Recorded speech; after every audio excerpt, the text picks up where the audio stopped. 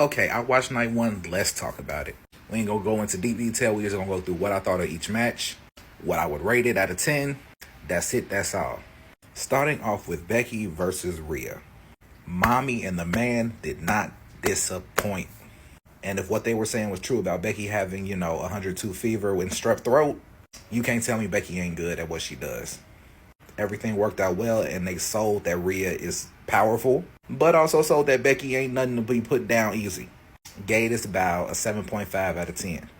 And down here we got Santos and Andrade and the Mysterios. Wasn't the best thing in the world, wasn't the worst thing in the world. I was enjoying it.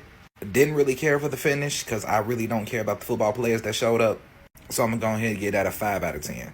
The tag team ladder match. All the spots were dope. Don't care that Grayson Waller and Austin Theory won. I really don't care about them winning. What I care about is Awesome Truth won at WrestleMania. Our Truth deserves the world. And they put JD McDonough through a table, so that definitely adds to the points. This gets an 8 out of 10. This was the most disappointing match on this card. You two are at WrestleMania and barely did any wrestling. You threw 100 super kicks at each other.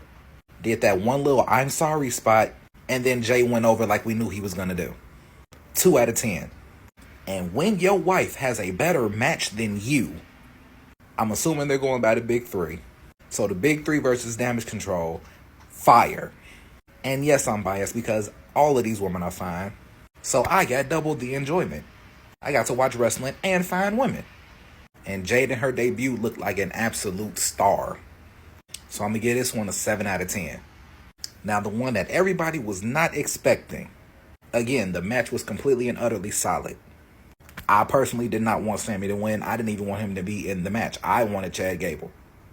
And I don't like the fact that he ended the streak because I feel like Chad Gable should have did that. So because the wrestling is good, even though I'm not happy with it, I got to sit it at maybe a 6 out of 10. And then the main event, Seth and Cody versus Roman and Rock. I got to say The Rock definitely wrestles like he's 50. There wasn't a whole lot of, slams and whatnot. But the storytelling was phenomenal. The Rock's character work was 10 out of 10 on point. The fact that Seth got to go into this match with Drew and he is definitely messed up, definitely is going to add for a story later on down the line.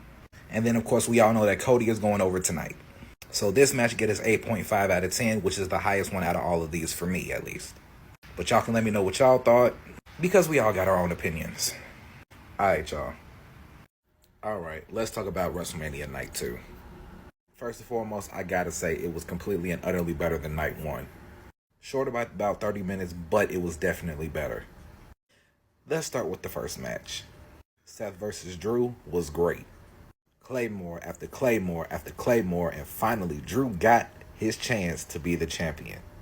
And then immediately shot himself in the foot because he decided to taunt CM Punk, and then CM Punk beat him up. And after he got beat up, Damian Priest came in, cashed in, and is now the world champion. My man was the champion for all of 2 minutes. Then it was the Pride versus Final Testament with Bubba Ray Dudley as the referee. It wasn't grand and spectacular, but it was good. So I'm going to go ahead and give it about a 6.5 out of 10.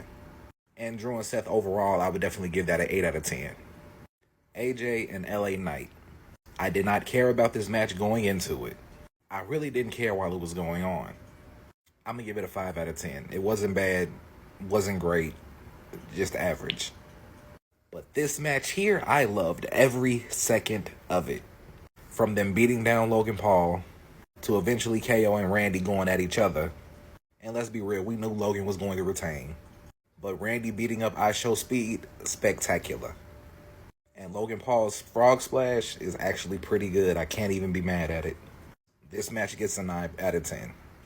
This match here, Bayley versus Io, the build-up for it was complete and utter garbage. Because we were way more focused on Damage Control and Bianca Belair and Jade and Naomi.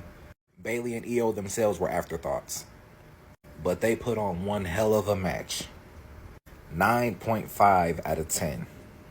Finally, the main event of the evening was a complete and utter disappointment after I sat back and looked at it.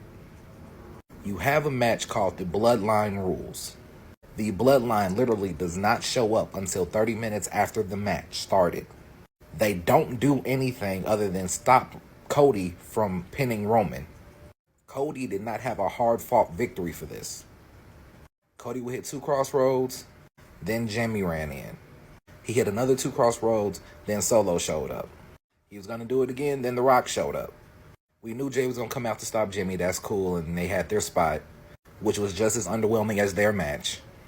Then John Cena showed up to stop Solo.